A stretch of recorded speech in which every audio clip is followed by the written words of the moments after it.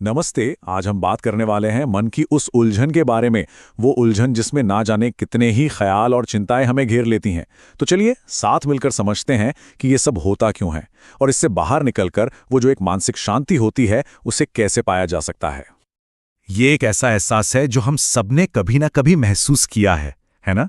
ऐसा लगता है मानो दिमाग में भी इतनी सारी चीजें एक साथ चल रही हैं कि कुछ भी ढंग से सोचने समझने की जगह ही नहीं बची। अगर ये बात किसी को अपनी सी लग रही है तो मतलब वो बिल्कुल सही जगह पर है। तो इस समस्या की जड़ तक पहुंचते हैं। आखिर ऐसा क्या है जो हमारे दिमाग को इस तरह भर देता है? इसका एक सीधा सा जवाब है चिंता। चलिए सबसे पहले इसी को समझते हैं। चिंता असल में है क्या? ये भविष्य में कुछ बुरा होने का डर है। और देखिए, थोड़ी बहुत चिंता तो सबको होती है, वो नेचुरल है। लेकिन दिक्कत तब होती है जब ये हद से ज्यादा बढ़ जाती है।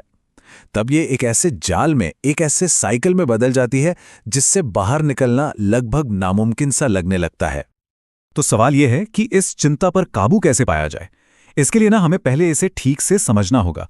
इसे छोटे छोटे हिस्सों में तोड़कर देखना होगा, क्योंकि एक चिंता वाला ख्याल सिर्फ एक ख्याल नहीं होता, इसके 3 बड़े हिस्से होते हैं।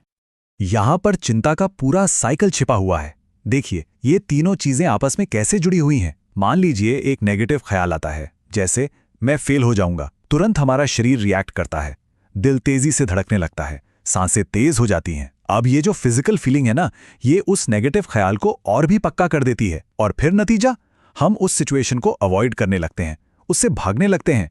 और बस यही वो पूरा चक्कर है जो चिंता को इतना पावरफुल बना देता है। लेकिन अच्छी खबर यह है कि इस साइकिल को तोड़ा जा सकता है।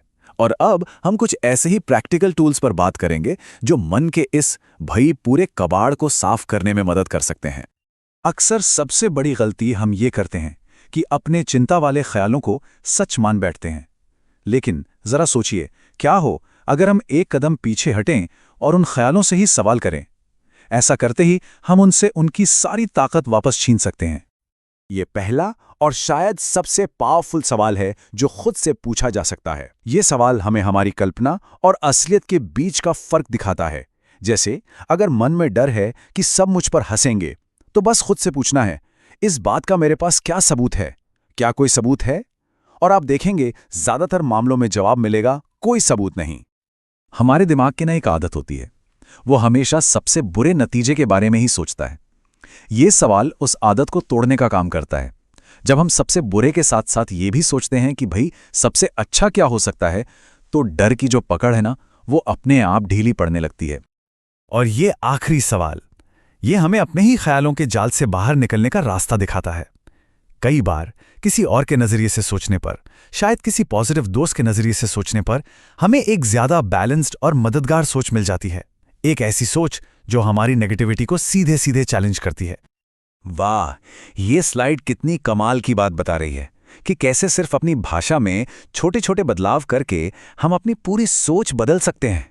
देखिए, मैं बहुत अधीर हूं को मैं चीज़ों को आगे बढ़ाता हूं और काम पूरा करता हूं मैं बदलना, ये सिर्फ शब्दों का खेल नहीं है। ये अपनी ही एक क्वालिटी को एक कमजोरी की जगह एक ताकत के रूप में देखना है। ये नेगेटिव सेल्फ टॉक को पावरफुल सोच में बदलने का एक सीधा साधा तरीका है। अब जब ख्याल बिल्कुल काबू से बाहर हो जाएं, तो सबसे पहला काम है अपने शरीर को शांत करना। याद है वो चिंता वाला साइकिल? ये जो सांस लेने की सिंपल सी एक्सरसाइज है ना, ये सीधे उस साइकिल के फिजिकल हिस्से पर असर करती है। ये हमारे नर्वस सिस्टम को सिग्नल भेजती है कि सब ठीक है, रिलैक्स करो। और जैसे ही शरीर शांत होता है, मन अपने आप शांत होने लगता है। तो जब इन सभी तरीकों को लगातार अपनी आदत बना लिया जाए, तो इसका फायदा क्या होता है?